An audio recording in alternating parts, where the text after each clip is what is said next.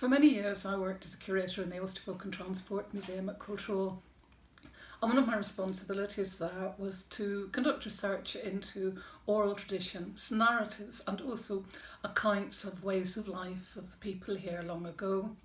And one of the accounts that I was given was a beautiful one of Christmas morning by a lady called Bridget Murphy. Bridget was a wonderful storyteller who lived just outside Forkhill. And when I asked her about Christmas morning, she told me of her memories of when she was a child. We'd be talking about a century or perhaps a little more than that ago now.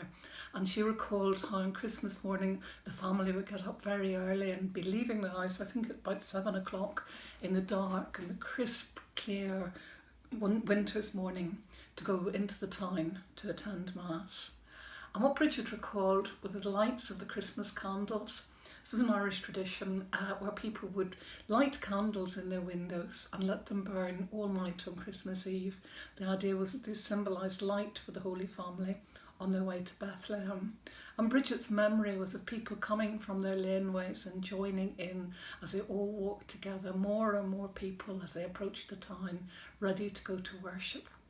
And her final words of her description were extremely evocative. She said it was all very heartsome and friendly. Bridget's description of Christmas morning puts me in mind of my favourite Christmas carol, which is In the Bleak Midwinter by Christina Rossetti. It was written toward the end, the second half of the 19th century, and was set to music. There are two different musical settings for it, one by Holst and one by Dark, both of which were composed quite early in the last century. Of the two, I think I possibly prefer the Holst one, but they're both very beautiful. In the Bleak Midwinter talks, of course, about the winter, the Christmas of winter, the hard iron of earth.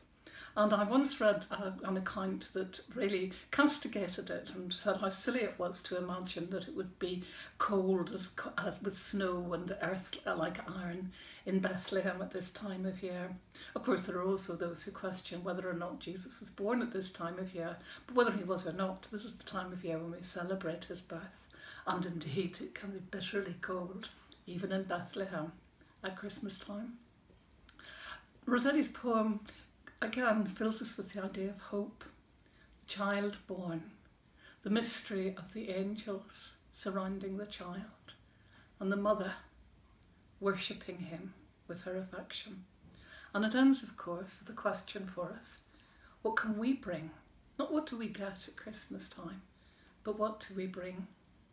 And what we bring our hearts.